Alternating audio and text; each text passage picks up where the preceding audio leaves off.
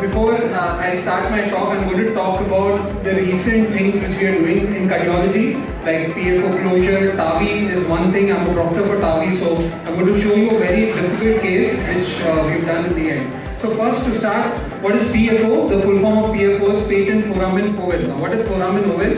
So as you know, when the baby is in the mother's womb, there's no lung expansion. So the blood goes through this foramen oval from the IVC, that is from the mother's placenta, it goes into the IVC of the baby, and from there, from the right atrium to this hole to the left atrium, you can see that hole there. And then from there to the body. But as soon as the baby takes the first breath, this hole closes down and the blood flows from the right atrium now not into the left atrium but to the right ventricle and out in the lungs. Okay? But in 20 to 30% of regular individuals, that means if I take you all in this room, do your 2D echo, 20 of you out of 100 odd and 100 odd outside who have gone outside to have tea, I mean 20 to 40 of them would be having this foramen oval. Okay? Now, is it a problem? Does not cause a problem normally, but in 15 to 65 years of age group, if there is cryptogenic stroke, that means there is no cause to stroke, a PFO should be looked out for. Why? If you can see the last line, clots from the venous system of the leg might migrate to the left system from the right. Normally, your shunts are left to right because the left side pressure of the heart is more than the right. But in these individuals, the clot migrates from the right side to the left side, and this might go to the cerebral circulation causing stroke.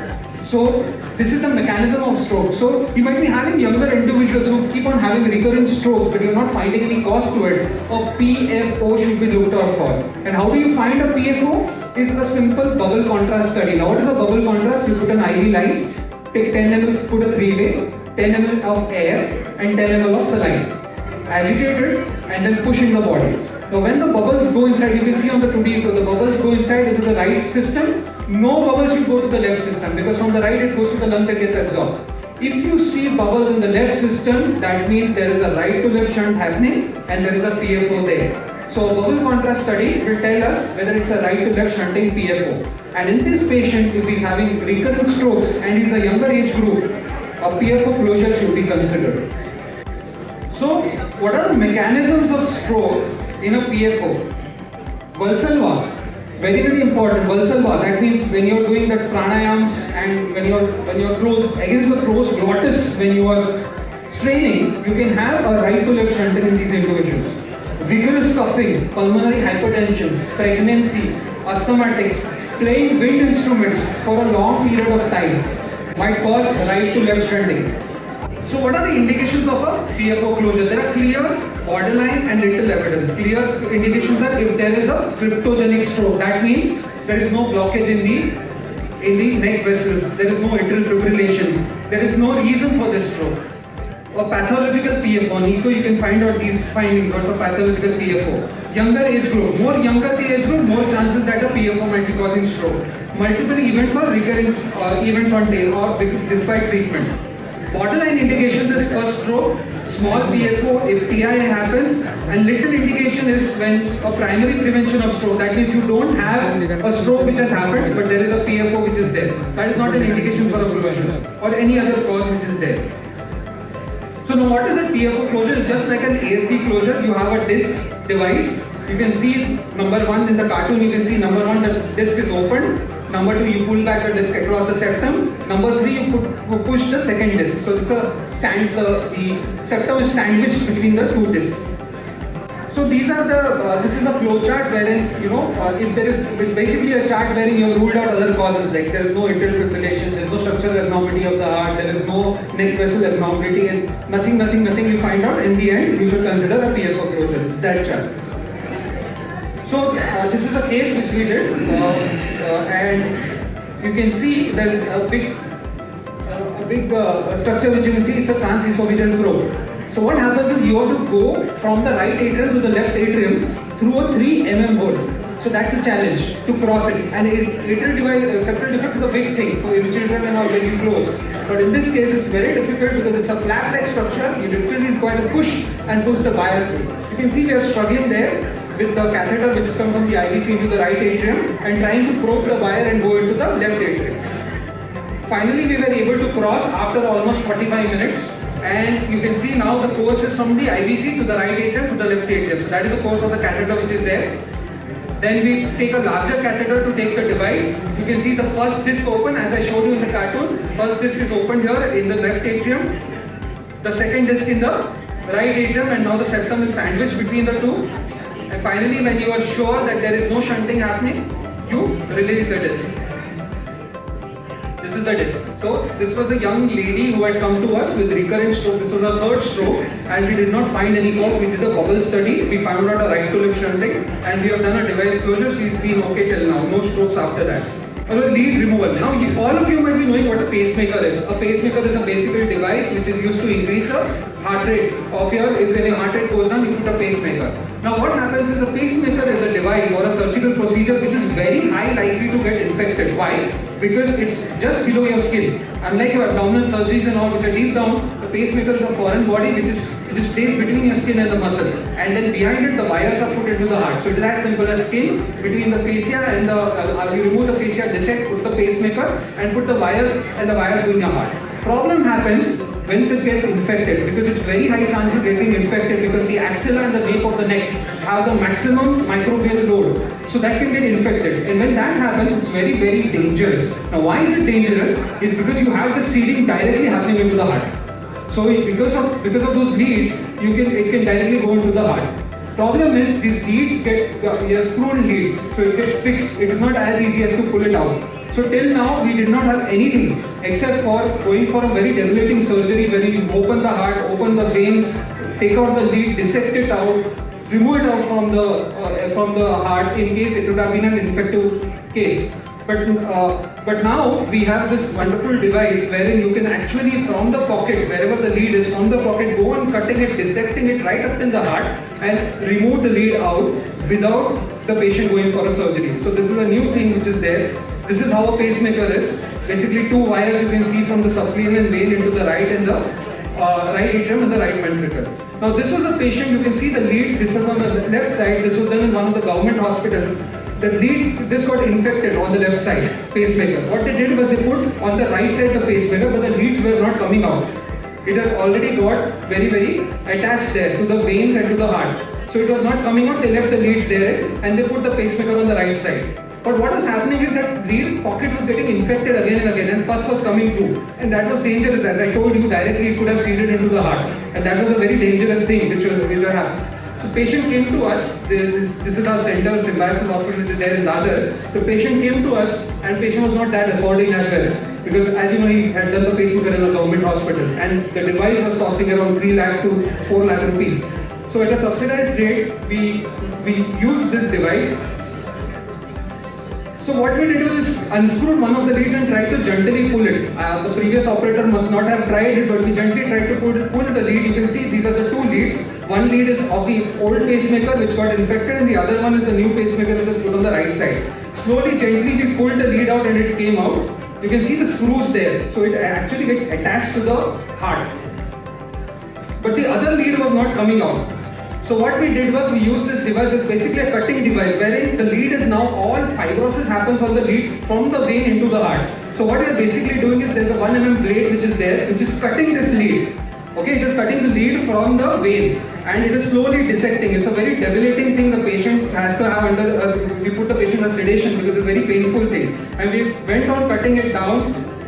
You can see it's cutting, we're going down to the lead and then finally you see the lead inside the lead sheath. And finally after confirming it's loose and we pulled it out. You can see it's out. With one jerk we pulled it out. And believe you me, it was magic for that patient because every 15 days that patient was coming with an infected wound. And because the leads were removed, we sent him to the plastic surgeon, gave good antibiotics, wash. Now he is completely afebrile with the wound all good. Now bioabsorbable stents, what I told about, because Tony was talking about he's talking about this.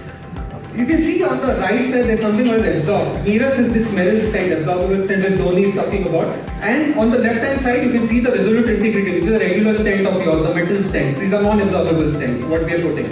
Now what happened was, you must have heard in 2014, 2015, absorbable stent. This was very much in vogue at that time. You put the stent gets absorbed in 2 to 3 years, you don't require antiplatelets. Okay, so that was a very wonderful concept. But what was happening practically is, when the stent was dissolving, it used to form a clot and the patient used to get MIs.